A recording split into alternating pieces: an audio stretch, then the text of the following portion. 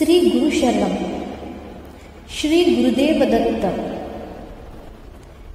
श्री थोरले स्वामी महाराज म्हणजेच श्रीमद परमहंस परिव्राजकाचार्य श्रीमद वासुदेवानंद सरस्वती टेंबे स्वामी महाराज यांचे चरित्र म्हणजेच खंड पहिला, यातील पहिला अध्याय याचे वाचन आपण इथे करणार आहोत. खंड पहिला, पूर्वार्ध, साधना खंड क्रमांक 1.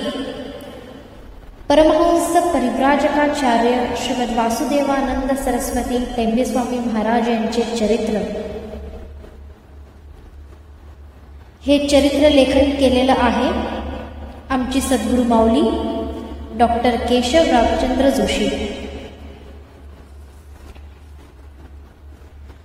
अनंतकोटी ब्रह्मांड नायक, भक्तवत्सल, भक्ताभिमानी, भक्त काम कल्पद्रुम, भक्त हृदय निवासी, राजराजेश्वर श्री सद्गुरुनाथ वासुदेव स्वरूप श्रीमन शक्तिपात योगाचार्य वर्य महासिद्ध योगी श्रीयुक्त श्री समर्थ सकल संत श्रेष्ठ श्री सद्गुरुनाथ श्री वामन दत्तात्रय गोळवणी महाराज परमपूज्य सद्गुरुनाथ परमपूज्य सद्गुरु गोळवणी महाराज यांच्या परम पवित्र व परम कोमल श्रीचरणी माझा कोटी कोटी प्रणाम. आपणा सर्वांचे लाडके आणि भक्तवत्सल थोरले स्वामी महाराज म्हणजेच परमहंस परिव्राजकाचार्य श्रीमद वासुदेवानंद सरस्वती टेंबे स्वामी महाराज यांच्या चरणांशी लीन होऊन आणि सद्गुरु माऊलींच्या कृपाशीर्वादाने खंड पहिला यातील पहिला अध्याय आपण येथे ऐकणार आहोत. अवधूत चिंतन श्री गुरुदेव दत्त.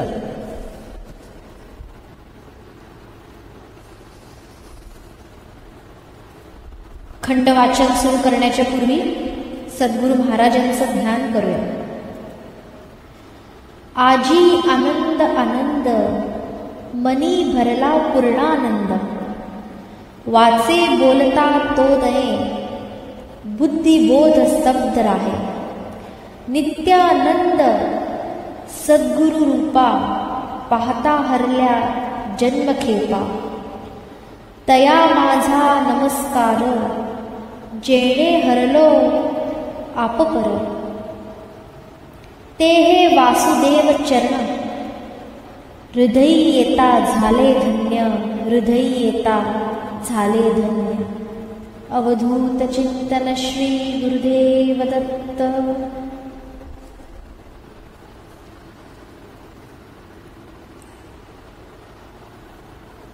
शक्तिपाताचा महामेरू, बहुत जनांसी आधारू, ब्रह्मस्थितीचा निर्धारू, शांभव योगी असे आपणा सर्वांचे लाडके परमपूज्य गोळवणी महाराज यांना मी साष्टांग नमन करते.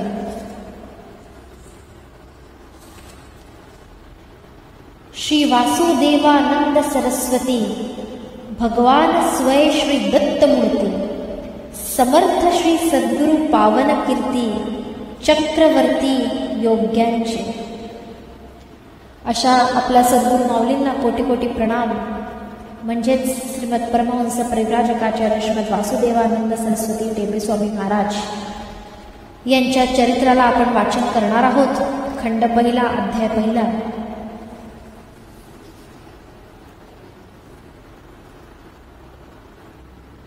अवधूत चिंतन श्री गुरुदेव दत्त.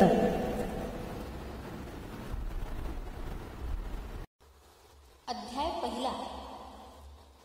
इसवी सन 1863-64 दरम्यानची गोष्ट असेल. उन्हाळ्याचे दिवस होते. भर दुपारची वेळ होती. डोक्यावर सूर्य तळपत होता. पायाखालची कुळण तापली होती. 50शी उलटलेला एक ब्राह्मण डोक्यावरील तापशी पुढे मागे सरकवीत कठोर उन्हाचा मारा चुकवीत देऊळवाडीच्या रोखाने चालला होता.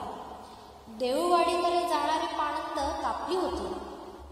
दुतर्फा लावलेली लिंगडीची व कडू मेंदीची झुडपे कशी बशी 4 पाने धारण करून उभी होती. ब्राह्मणाच्या पायातील वाहनांचा कर कर आवाज रस्त्यावरील धुळीमध्ये दाबला जात होता. श्री यक्षिणीच्या देवळासमोर येऊन त्याने देवीला भक्तिभावाने नमस्कार केला आणि श्री भास्कर भट ओळकरांच्या घरासमोर येऊन त्याने हाक मारली, भास्कर भट, आहो भास्कर भट. घराचा दरवाजा आड केलेला होता. आतून कोणीही प्रतिसाद दिला नाही. घरामध्ये मांजरांची म्याऊ म्याऊ व आत वावरणाऱ्या माणसांची हालचालही ऐकू येत होती. शेजारच्या झाडावर बसून एक कावळा वृक्षपणे काव काव करीत होता. ब्राह्मणाने पुन्हा हाक मारली, भास्कर भट, आहात का घरात? कोण आहे ते? मामांची घरी नाही. होते नव्हते ते भटा भिक्षुकांना वाढून आमच्या पदरी हे दारिद्र्याचे कष्ट ठेवून घर सोडून गेले आहेत. पुढे व्हा. इतके दिवस बरं पुख्खा मारला सर्वांनी. बिचारा ब्राह्मण हे उद्गार ऐकून अगदी सर्द झाला.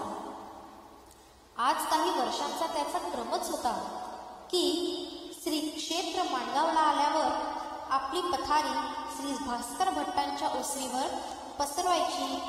श्री भास्कर भट हा मोठा आतिथ्यशील माणूस दुपारच्या जेवणापूर्वी आलेल्या अतिथीला आपल्या पंक्तीचा लाभ दिल्याशिवाय त्यांना घास जात नसे. पण आज हे काय? ब्राह्मण तसाच मागे परतला व श्री यक्षिणीच्या देवळालगत श्री टेपेंद्र स्वामींच्या घरासमोर आला. समोरच ओटीवर एक बालमूर्ती कसली तरी पोथी वाचत बसली होती. त्याची देहयष्टी सावळी असून चेहरा तेजस्वी दिसत होता. त्याची गुंज झालेली होती कारण त्याच्या डाव्या खांद्यावर यज्ञोपवीत दिसत होते. कपाळावर भस्माचा पट्टा होता व डोक्यावरील शेंडीची घट्ट गाठ मारलेली होती. अंगणात उपस्थित झालेल्या ब्राह्मणाला पाहून बटू उठून त्यांना सामोरा गेला. यावे. कोण रे तू? हरिभट्टांचा नातू वासुदेव वाटते. बाळ बरा आहेस ना? हरिभट कुठे आहेत? आजोबा गावात गेले आहेत आणि बाबा देवघरात पोथी वाचत आहे. वासुदेव वेडे बोलून थांबला नाही. धावत आत जाऊन त्याने मातोश्री सौ रमाबाईंना घरी अतिथी आल्याची वर्दी दिली.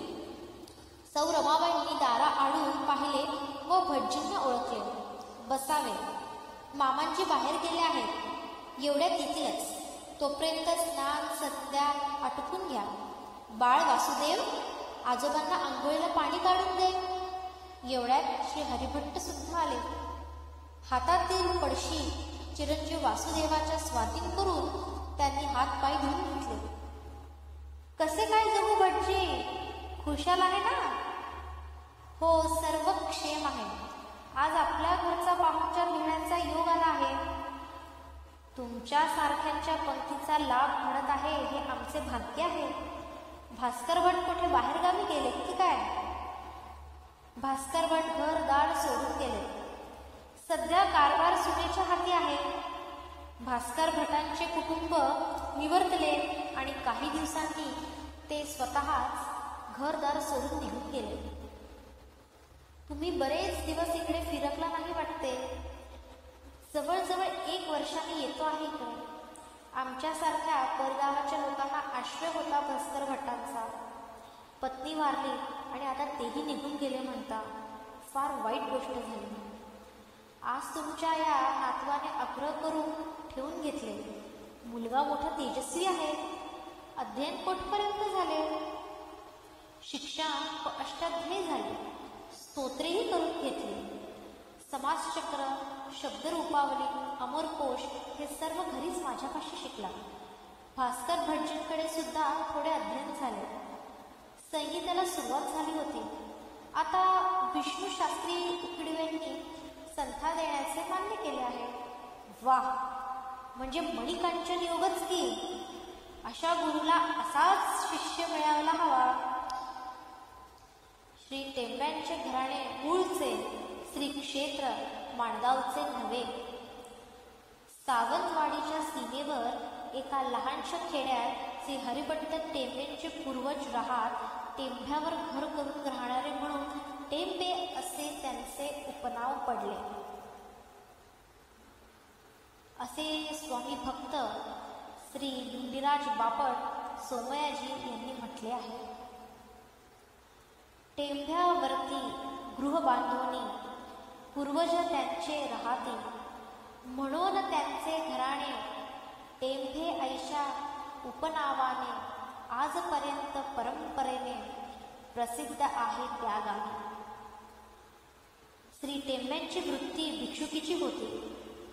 त्या लहानशा गावात भिक्षुकी नीट चालेना, म्हणून श्री हरिभट्ट प्रथम श्री क्षेत्र माणगाव पंचक्रोशीत व्यवसाय शोधण्यासाठी आले.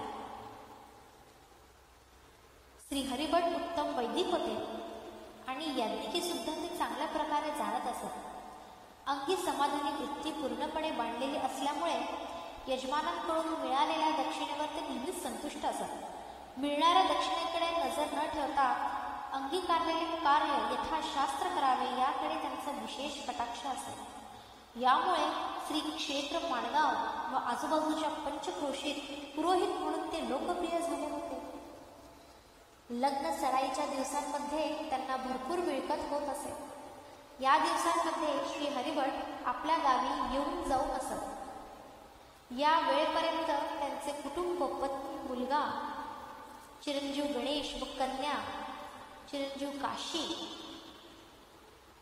एवढेच मर्यादित होते. दिवाळी ते वैशाख या दिवसांमध्ये केलेल्या भिक्षुकाच्या मिळकतीवरच त्यांच्या वर्षाचा उदरनिर्वाह चाले. पावसाळ्यात नदी नाले फुगल्यावर आपले गाव सोडून दूरवर जाणे त्यांना नेहमीच जमत नसे.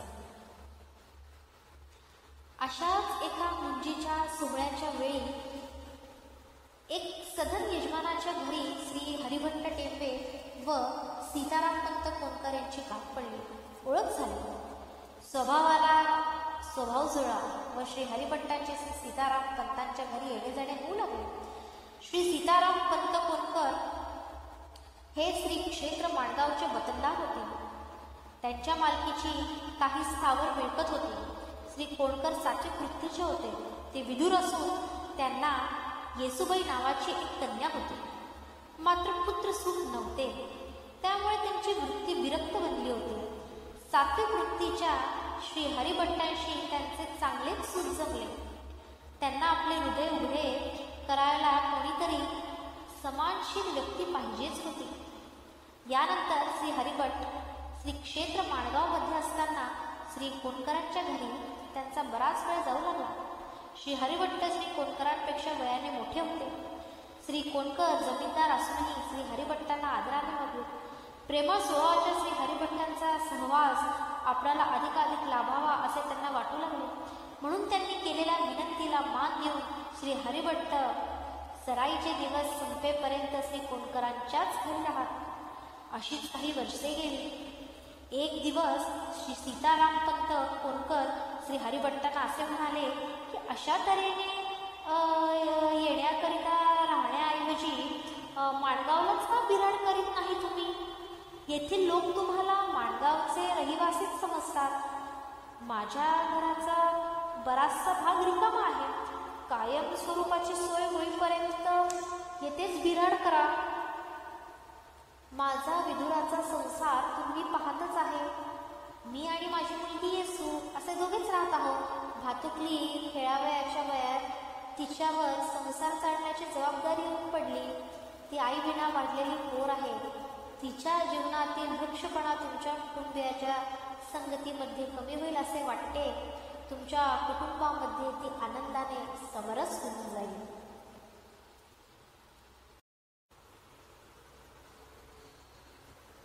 श्री हरिभट्टांना ही गोष्ट पटली आणि रुचली.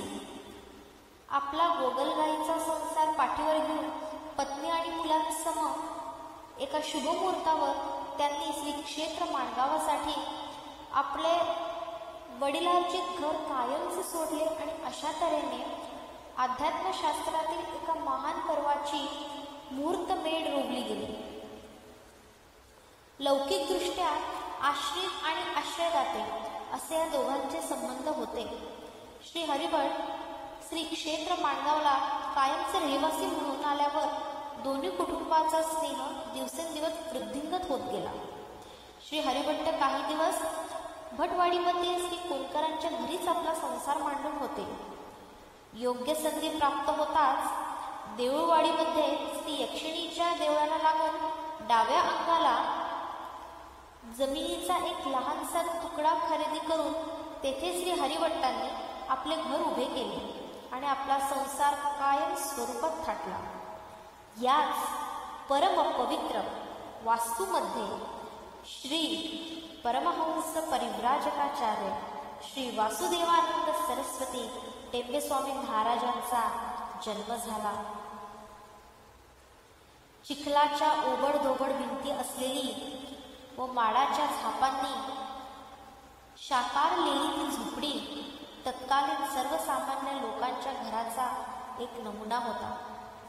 त्या काळची सर्व घरे साधारण एकच नमुन्याची असत. दक्षिणोत्तर 2 बाजूंनी पडव्यासमोर ओटा, पाठीमागे स्वयंपाकघर, मध्ये चौक व देवघर असे. पुष्कळ ठिकाणी गुरांचा गोठा घरालगतच असे.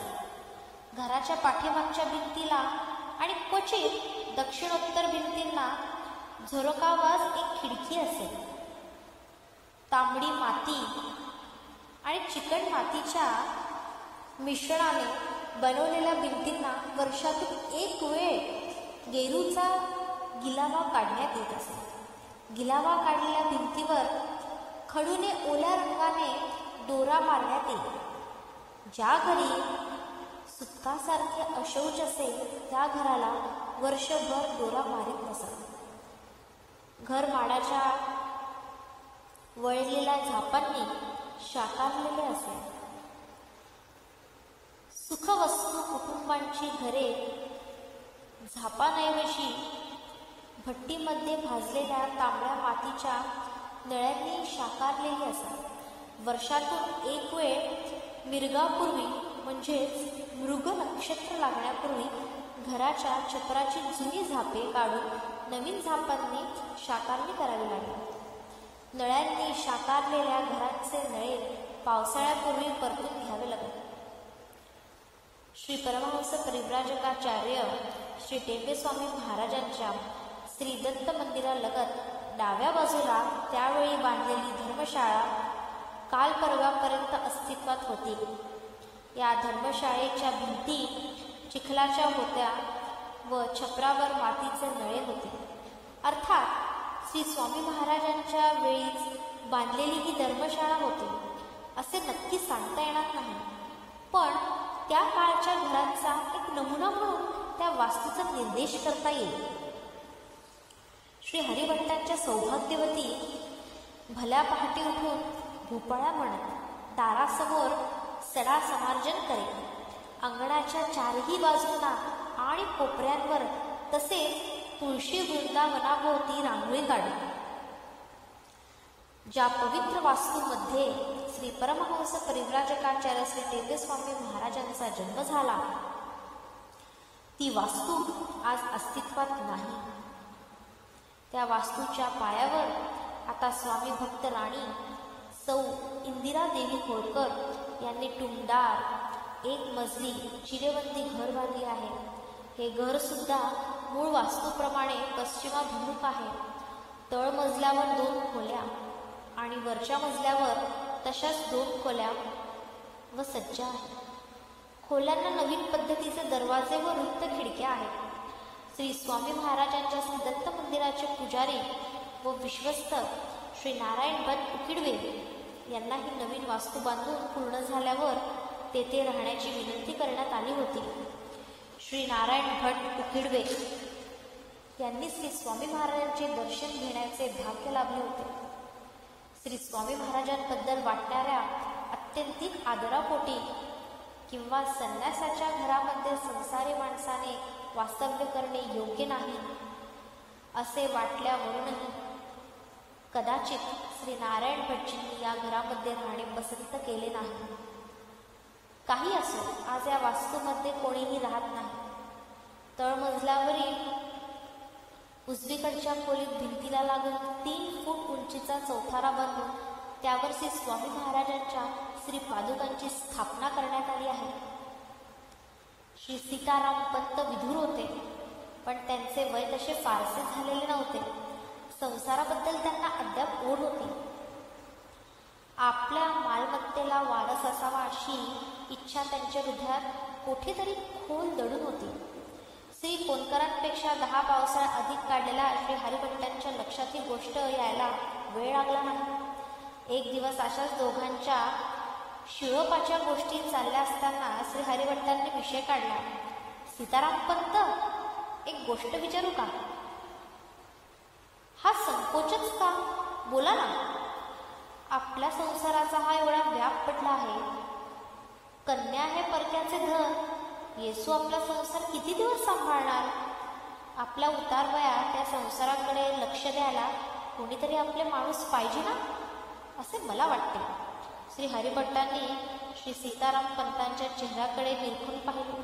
श्री सीताराम पंतांची मुद्रा थोडीशी गोंधळलेली दिसली, पण त्यांच्या नजरेमध्ये औत्सुक्य भरलेले होते.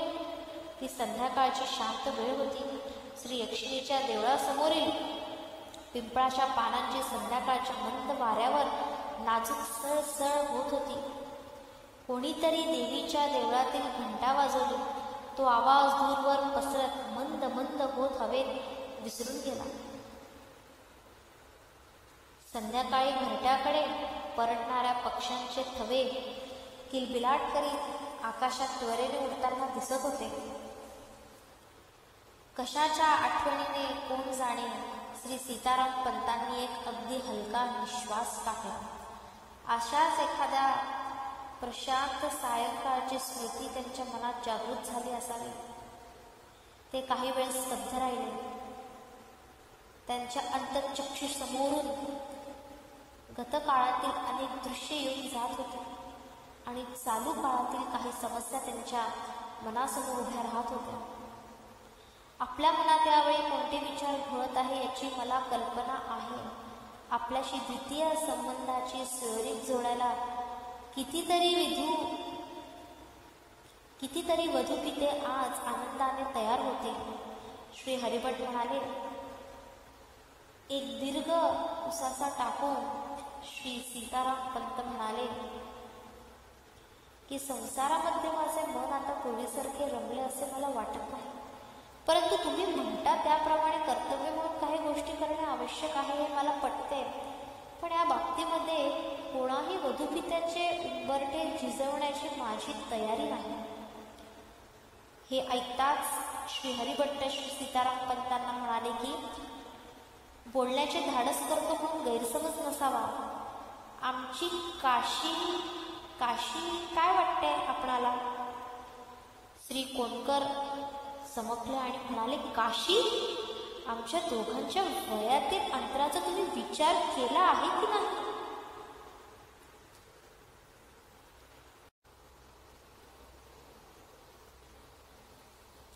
श्री हरिभट्ट म्हणाले, मी पूर्ण विचारांतीच बोलत आहे.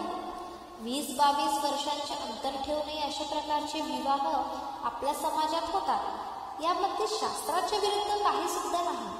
खरे म्हणजे मलाच लोक नावे ठेवतील. कोणकरांच्या मालमत्तेकडे लक्ष ठेवून टेंब्यांनी हा योग जुळून आणला असे म्हणतील. पण माझ्या अंतर्यामीची भावना श्री दत्तप्रभूच जाणतात. या माणगावात आल्यापासून आपण आमच्यावर केवढे तरी उपकार करून ठेवले आहेत. आमच्या हातून आपली काही सेवा घडावी हीच माझी इच्छा आहे. उपकाराची फेड करावी अशी मात्र भावना नाही. कालावधात हा योग जुळून आला. एका शुभ मुहूर्तावर चिरंजीव सौ काशीबाई सौभाग्यवती अन्नपूर्णाबाई कोणकर झाल्या. सौ काशी मूळचीच गौरवर्णाची व ठसठशीत बांधायची होती. आता सौभाग्य जुळाले आणि सौभाग्य अलंकारांनी ती लक्ष्मीसारखी शोभून दिसू लागली. आपल्या लाडक्या कन्येला या सौभाग्य अलंकारात पाहून श्री हरिभट्ट तेंब्यांच्या पत्नीचा ऊर आनंदाने भरून आला. वसंत ऋतूला सुरुवात झाली. जांभळीची आड या डोंगरातील वृक्षांनी नवीन पालवी धारण करायला सुरुवात केली. आंब्या काजूच्या मोहराचा धुंद वास आसमंतात भरून राहिला होता. चैत्र शुद्ध तृतीयेला सौ अन्नपूर्णाबाईंनी घरात देवीची स्थापना करून मंगळवारच्या दिवशी चैत्र हळदी कुंकू याची वाटप केली. वसंत पंचमीला जोडप्याने ब्राह्मणाची पूजा करून सर्वांना वसंत पेय दिली. सावत्राईला आपली सावत्र मुलगी डोळ्यात सरते अशी सर्वसाधारण जगरहाटी आहे, पण येथे उलटा प्रकार होता. काशी आणि येसू जिवलग मैत्रिणी. आंबा पिकतो, रस गळतो, कोकणचा राजा झिम्मा खेळतो. आंबा पिकतो, रस गळतो, कोकणचा राजा झिम्मा खेळतो म्हणत आतापर्यंत एकत्र खेळणाऱ्या या दोन्ही मुली आता मायलेकीच्या नात्याने अधिक जवळ आल्या होत्या. श्री हरिभट्टांच्या पत्नीच्या देखरेखीखाली सौ अन्नपूर्णाबाई व येसू श्री सीतारामपंत कोणकरांच्या संसाराचा गाडा हाकू लागला. श्री हरिभट्टांनी व्यक्त केलेल्या शंकेप्रमाणे श्री क्षेत्र माणगावातील बऱ्याच ब्राह्मणांनी या संबंधाबद्दल आपापसात कुजबूज सुरू केली, पण श्री सीतारामपंत कोणकरांच्या बद्दल उघडपणे बोलण्याची कोणाचीच छाती झाली नाही. या कुजबुजीला कायमचा आळा बसावा म्हणून की काय, तर श्री सीतारामपंत कोणकरांनी आपली एकुलती एक कन्या म्हणजे येसू श्री हरिभट्टांच्या ज्येष्ठ पुत्राला म्हणजे चिरंजीव गणेशला देण्याचा आपला मनोदय श्री हरिभट्टांकडे व्यक्त केला. चिरंजीव गणेशाची प्रकृती मूळचीच किरकोळ होती आणि त्याला जन्मापासून फेफड्याची व्याधी होती. त्यामुळे त्याच्या विवाहाबद्दल श्री हरिभट्ट नेहमीच चिंतेमध्ये असत. श्री सीतारामपंतांचा हा निर्णय ऐकल्यावर श्री दत्तप्रभूंची इच्छा असे म्हणून त्यांनी समाधानाचा श्वास सोडला. अशा तऱ्हेने चिरंजीवी काशी आणि सौ अन्नपूर्णाबाई कोणकर व येसूस म्हणजे सौभाग्यवती रमाबाई टेपे अशा नावाने पुढे ओळखल्या गेल्या. श्री लक्ष्मी नारायण आणि उमा महेश यांच्याच संसाराचा उपमा देता येईल असे हे दोन संसार आनंदाने चालले होते. फावल्या वेळात एकत्र या दोन मैत्रिणी आई मुलीचे नाते विसरून गळ्यात गळा घालून आपली सुखी दुःखे एकमेकींच्या कानामध्ये कुजबुजत होते. वटपौर्णिमेला आपापले सौभाग्य अलंकार लिहून या दोघी वटवृक्षाची पूजा करी. आपल्यावर लादलेले प्रौढपण विसरून या मायलेकी श्रावणात मनमुराद फुगड्या खेळत असत. अशा तऱ्हेने काही वसंत ऋतू आले आणि श्री क्षेत्र माणगाव या आसमंतात फुलाफळांनी बहरून गेले. पावसाळे आले आणि अनंत अमृतधारांनी श्री क्षेत्र माणगावची भूमी पुनीत करून गेली. दिवाळीचे दिवस आले आणि घरोघरी आनंदाचे दीप उजळून गेले, पण सौ अन्नपूर्णाबाईंची कूस काही उजवली नाही. जी एकमेव अशा मनामध्ये बाळगून श्री हरिभट्टांनी हा लग्नयोग जुळून आणला होता आणि त्याच दृष्टिकोनातून ज्याला श्री सीतारामपंतांनी संमती दिली होती त्या आशेला फळ येण्याचे चिन्ह दिसेना. आणि अकस्मात एक दिवस श्री सीतारामपंतांनी अल्पशा आजारानंतर आपली इहलोकीची यात्रा संपवली. सौ अन्नपूर्णाबाईंवर आकाशाची कुऱ्हाड कोसळली. मायलेकी गळ्यात गळा घालून रडल्या. एक आपल्या पतीसाठी तर दुसरी आपल्या पित्यासाठी. आपल्या मुलीचे वैधव्यामुळे पांढरे फटफटीत झालेले कपाळ पाहून श्री हरिभट्टांच्या पत्नीला काय वाटले असेल त्याची कल्पना मातृहृदयच करू शकेल. गावकऱ्यांची दातक साळ बाधली अशी त्यांची ठाम समजूत झाली.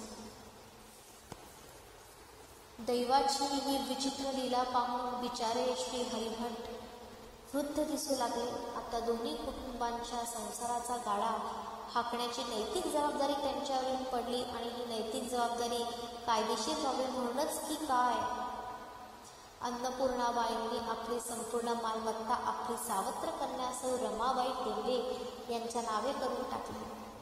श्री हरिभट्टांनी आपल्या मूळ गावची वडिलोपार्जित जमीन विकून टाकली आणि आता ते खऱ्या अर्थाने माणगावकर झाले. श्री क्षेत्र माणगावमध्ये वास्तव्य केल्यावर श्री हरिभट्टांना गणेश व काशी यांच्यानंतर आणखी 5 अपत्ये झाली होती.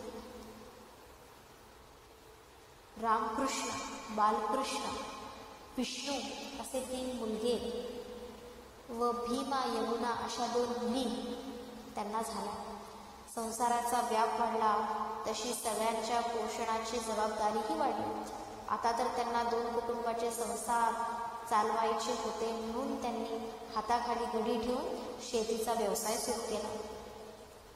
श्री गणेश पंतांच्या जन्मजात अशक्तपणामुळे व अपस्माराच्या व्याधीमुळे श्री हरिभट त्यांना घर सोडून दूरवर जाऊ देण्यास राजी नसत.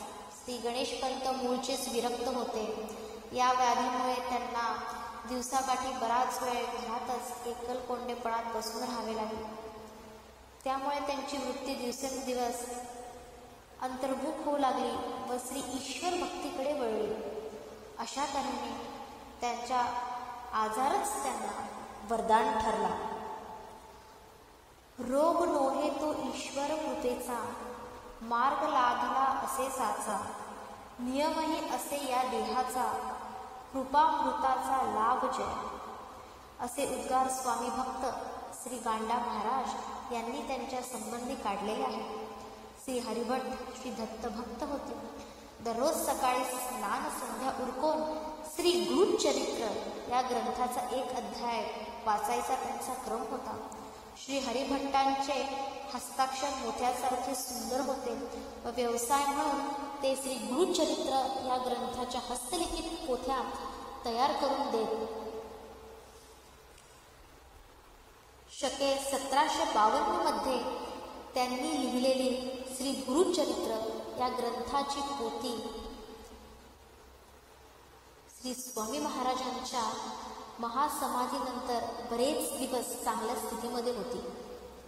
वरील सर्व गोष्टींचे योग्य असेच संस्कार श्री गणेश पंतांवर झाले होते. वडिलांचा श्री दत्तभक्तीचा वारसा मुलाने बरोबर उचलला. श्री गणेश पंत दररोज श्री दत्त पादुकांची पूजा करीत व श्री गुरुचरित्र या ग्रंथाचे वाचन करीत. तासन तास ते श्री दत्त पूजेमध्ये रंगून जात. हळूहळू पूजेमध्ये त्यांची एकाग्रता होऊ लागली. पूजा करीत असताना आपल्या समोरील पादुका व पूजा साहित्याशिवाय बाहेरच्या जगाच्या त्यांना भान राहत नसे. पूजा करता करता ते स्वतःला पूर्णपणे विसरून जात. यामुळे त्यांना दिव्य दर्शने होऊ लागली. दिव्य ध्वनी श्रवणाचाही अनुभव येऊ लागला. आपल्याला होणारी ही दर्शने आणि इतर अनुभव सर्व साधारण अध्यात्मिक अनुभूती आहेत की आपल्या दुबळ्या प्रकृतीमुळे आपल्यामध्ये काही शारीरिक विकृती उत्पन्न होत आहे हे त्यांना कळेना. पण त्यांचा सर्व भार श्री दत्तप्रभूंवर असल्यामुळे सर्व बाबतीमध्ये ते निश्चिंत असत.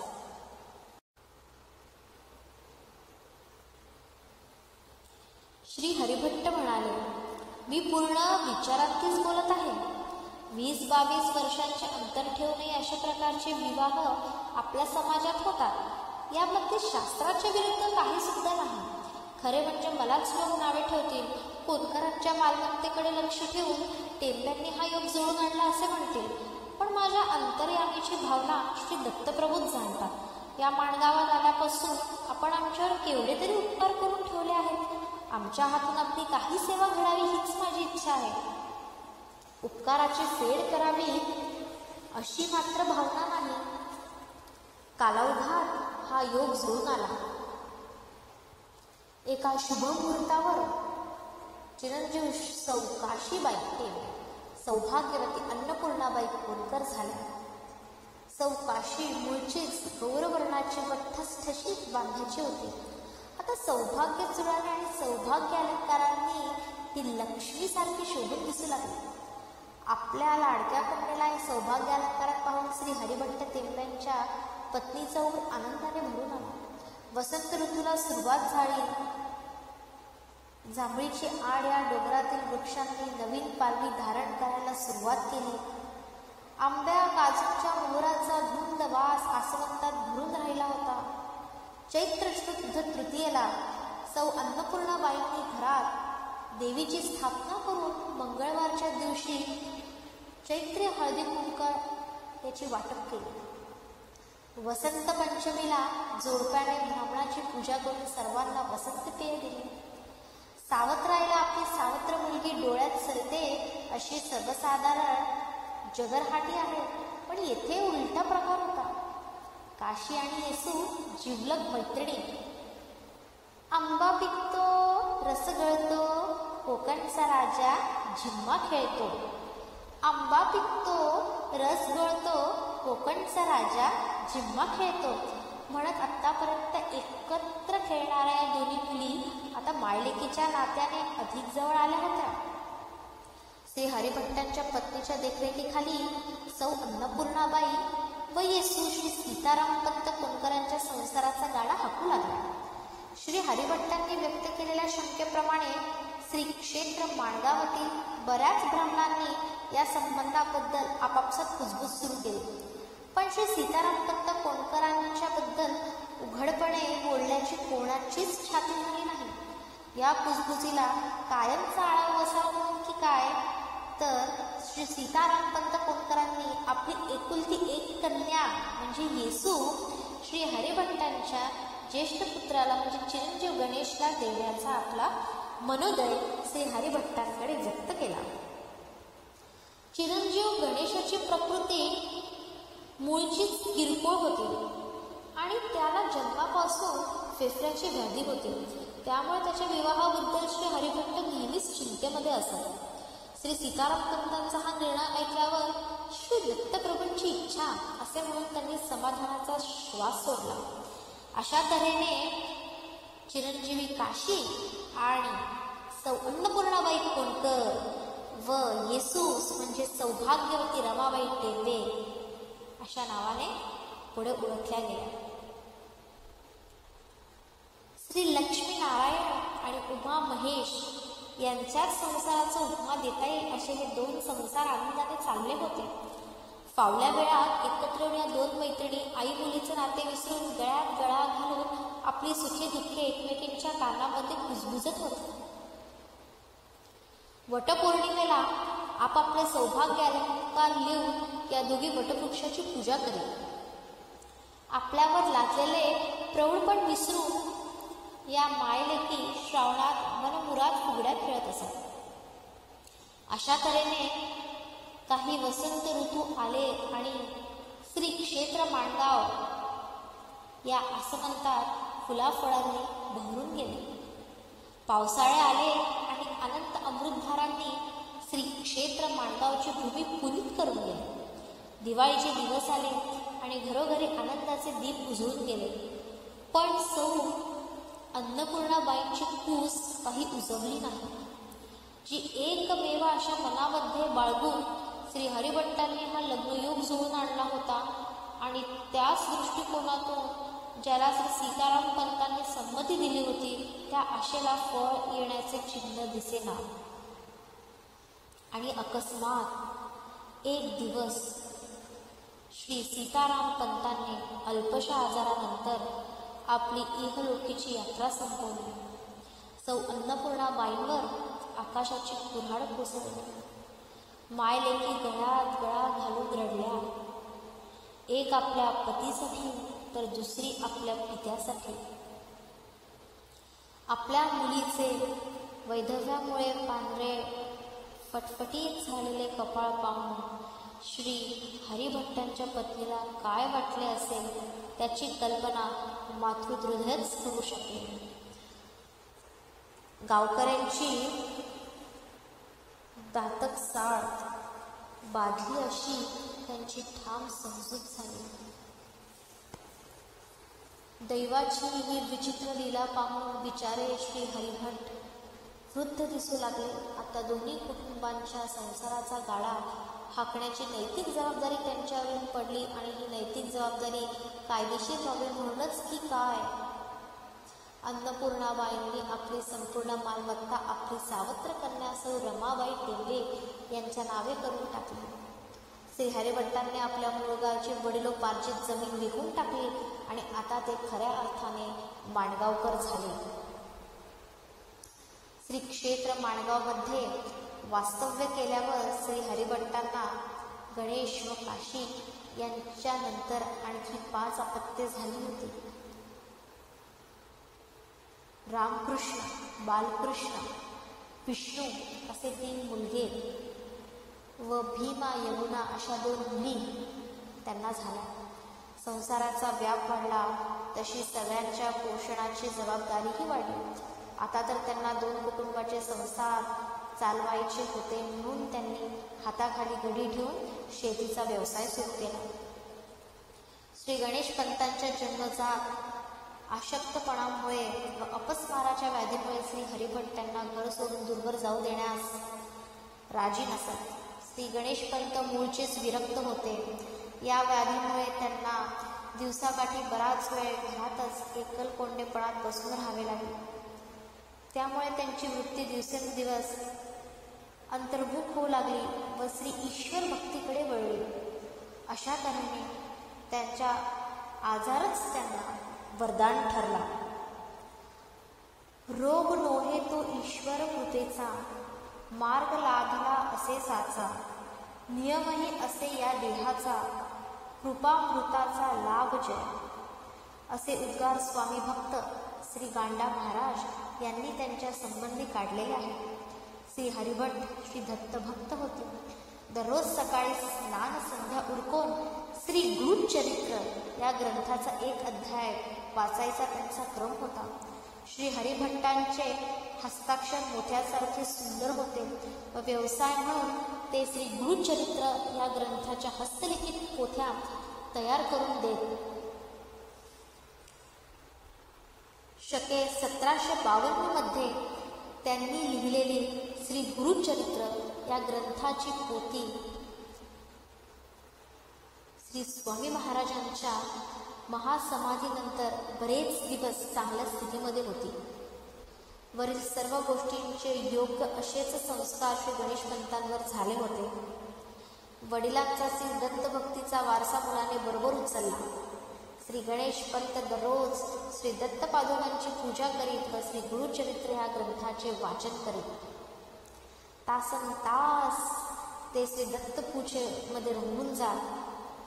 हळूहळू पूजेमध्ये त्यांची एकाग्रता होऊ लागली. पूजा करीत असताना आपल्या समोरील पादुका व पूजा साहित्याशिवाय बाहेरच्या जगाच्या त्यांना भान राहत नसे. पूजा करता करता ते स्वतःला पूर्णपणे विसरून जात. यामुळे त्यांना दिव्य दर्शने होऊ लागली. दिव्य ध्वनी श्रवणाचाही अनुभव येऊ लागला. आपल्याला होणारी ही दर्शने आणि इतर अनुभव सर्व साधने अध्यात्मिक अनुभूती आहेत की आपल्या दुबळ्या प्रकृतीमुळे आपल्यामध्ये काही शारीरिक विकृती उत्पन्न होत आहे हे त्यांना कळेना. पण त्यांचा सर्व भार श्री दत्तप्रभूंवर असल्यामुळे सर्व बाबतीमध्ये ते निश्चिंत असत.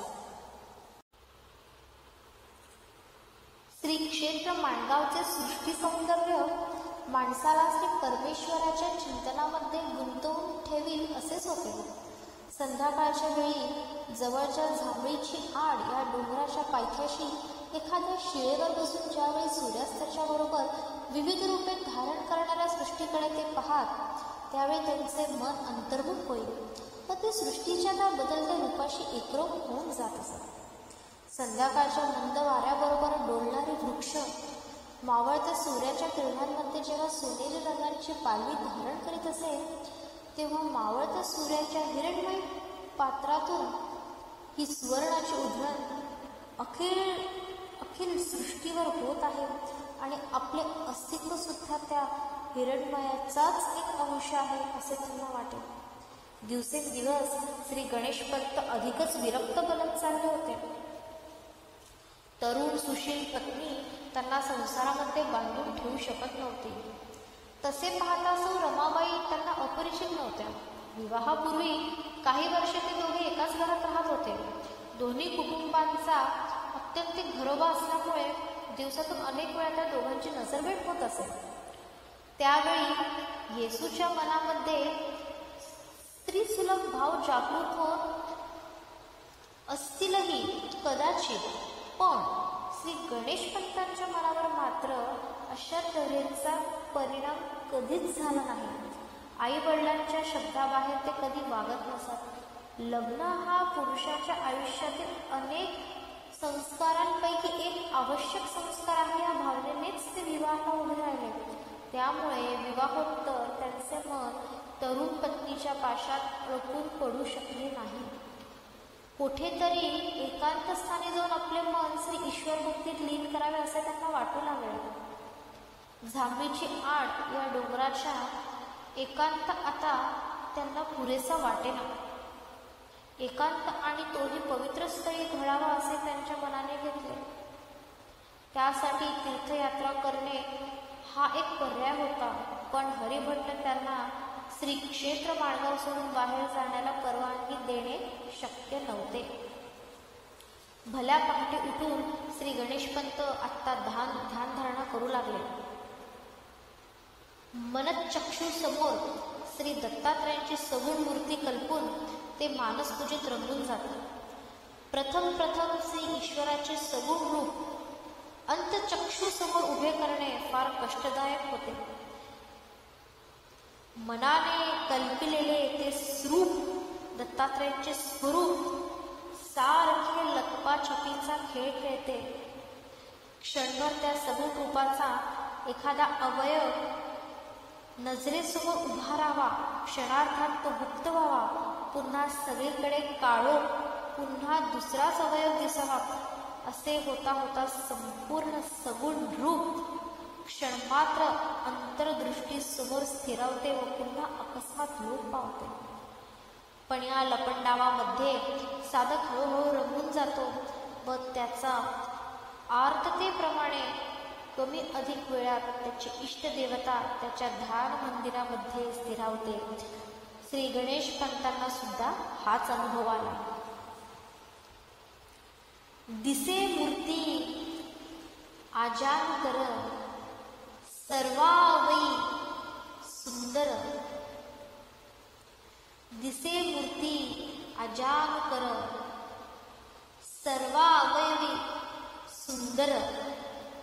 अतर्क्य मनोहर दिगंबर विशालाक्ष. अतर्क्य मनोहर दिगंबर विशालाक्ष. प्रफुल्ल कमळ मुख रूप दिसे सुरेख. प्रफुल्ल कमळ मुख रूप दिसे सुरेख. कंबू कंठ त्रिनेत्र पाहता सुख अपार. कंबू कंठ त्रिनेत्र पाहता सुख अपार. भाव जगतामध्ये वावरणाऱ्या त्या सगुण मूर्तीची षोडशोपचारांनी मानसपूजा करण्यात तेवढे रंगून जात की वेळेचे त्यांना कधी भानच राहत नसे. त्यांचे अष्टसात्विक भाव जागृत होत. या तंद्रीतून या भाव जगतातून ते जेव्हा भानावर येत तेव्हा त्यांचे वक्षस्थळ डोळ्यातून वाहणाऱ्या अश्रूंनी भिजून गेलेले असे. असे कित्येक दिवस निघून गेले. पहाट कधी होते आणि आपण त्या सगुण ध्यानामध्ये कधी एकदा रंगून जातो असे त्यांना व्हावयाचे. त्यामुळे कित्येक रात्री त्यांना झोप सुद्धा येत नसेल. सदा सर्वदा ती सात्विक मूर्ती त्यांच्या नजरेसमोर असावयाची आणि मुखी सदा श्री दत्त जय दत्त श्री दत्त जय दत्त असेच असेल. अहोरात्र तोच एक छंद त्यांना लागला होता. निद्रेतून भल्या पहाटे जाग आल्यावर श्री दत्त जय दत्त श्री दत्त जय दत्त या मंत्राचा जप आपल्या आतून आपोआपच होत आहे अशी स्पष्ट जाणीव होऊन नाभीच्या आसपास कुठेतरी हे शब्द साकार होऊन ते बरोबर हृदयापर्यंत चढत आहेत आणि आपल्या सर्वांगाने आपल्याला ते ऐकू येत आहे असे त्यांना स्पष्ट जाणत असे. प्रथम त्यांना वाटले आपल्याला हे काय होत आहे. स्वतःची इच्छा नसताना सुद्धा हा जो जप चालू झाला तो ऐकून त्यांना नवल वाटले आणि एक अवर्णनीय आनंदाचा त्यांना लाभ होऊ लागला. दैनंदिन व्यवहार करीत असताना सुद्धा आपले सर्व शरीर हलके हलके होऊन आपण जणू हवेत तरंगत आहोत असे त्यांना वाटत असे. त्यामुळे त्यांना एक प्रकारची भीतीसुद्धा वाटत असे. अशा तऱ्हेने चालताना तोल जाऊन आपण पडणार तर नाही ना, असा त्यांना प्रश्न पडत असे. एका पहाटे स्वतःचे अस्तित्व पूर्णपणे विसरून ते सगुण ध्यानामध्ये रंगून गेले असताना त्यांना असे स्पष्टपणे ऐकू आले की तू गाणगापुरी येऊन निर्गुण पादुकांचे दर्शन घे. श्री गणेश पंतांना वाटले आपण आपल्या कानांनी नव्हे आपल्या सर्व शरीरानेच ते शब्द ऐकले आहेत. आपले सर्व शरीरच आपली कर्णेंद्रिय झाले आहे असा त्यांना प्रत्यक्ष अनुभव आला. एक दिव्य शक्ती आपल्या सर्वांगातून चमकून गेली असे त्यांना वाटले. जाणीवेच्या क्षणी शरीराला एक मोठा आघात व्हावा तसे झाले आणि ते पूर्ण भानावर आले. त्यांच्या सर्वांगावर रोमांच दाटले. आपणाला आलेला हा अनुभव प्रत्यक्ष श्री दत्तप्रभूंचाच आदेश होता अशी त्यांची खात्री झाली. त्यांना आता स्वस्थ राहावे ना. ते श्री हरिभट्टाला असे म्हणाले की बाबा, आपण मला कितीही जपले तरी प्रारब्धामध्ये जे लिहिले आहे ते कोणी टाळू शकेल काय? मी येथे आपल्याजवळ असलो काय किंवा दूर तीर्थयात्रेला गेलो काय? कोठेही असलो तरी नशिबाचे भोग मला भोगलेच पाहिजे. तीर्थयात्रा, साधुसंग आणि तप यांच्या बळावर माणसाचे प्रारब्ध बदलू शकते असे मला वाटते. श्री दत्तप्रभूंचा मला गाणगापुरी जाण्यासाठी आदेश झाला आहे. श्री क्षेत्र गाणगापुरी जाऊन श्री पादुकांची सेवा घडेल असा मला आशीर्वाद द्या असे म्हणून आपणाला पहाटे झालेला श्री दत्तप्रभूंच्या साक्षात्कार त्यांनी श्री हरिभट्टांना सांगितला. साधूच्या खुणा साधूलाच समजतात.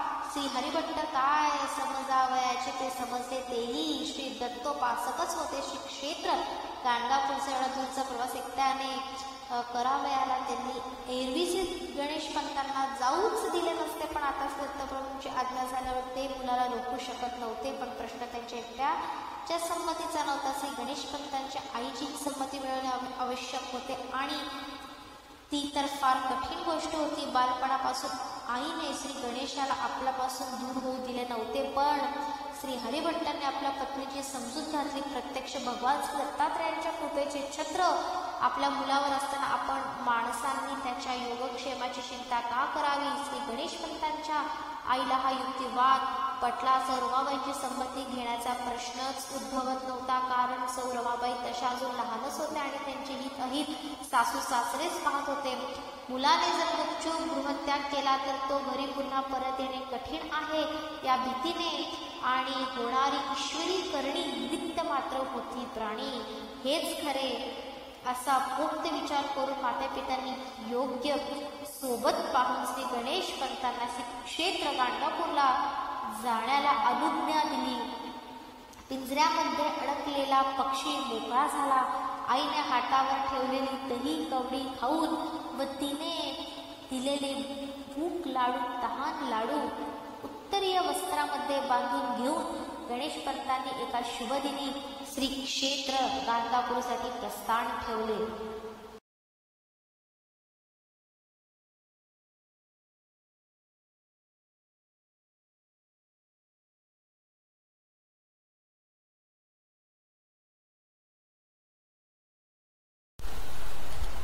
स्वतःच्या एकलेपणाची जाणीव नष्ट करण्यासाठी भगवान भक्तरूप होतात आणि भक्ताच्या मिशाने स्वतःचे कौतुक करून घेतात. भगवान श्री दत्तात्रय आता भक्त रूपाने अवतार घेणार आहेत आणि श्री क्षेत्र माणगावच्या पवित्र भूमीवर भक्त आणि भगवान यांच्या अलौकिक दिव्य संबंधाचे नाट्य घडणार आहे. श्री परमहंस परिव्राजकाचार्य श्रीमद वासुदेवानंद सरस्वती टेंबेस्वामी महाराजांच्या रूपाने श्री अत्रिनंदन श्री दत्तात्रयांचा अवतार होणार आहे. ते श्री अत्रिनंदन भगवान श्री दत्तात्रय आपणा सर्व भक्त वृंदांचे कल्याण करोत. हीच सद्गुरूंच्या चरणी प्रार्थना. शुभम भवतु. आणि इथे आपला पहिला अध्याय समाप्त होतो.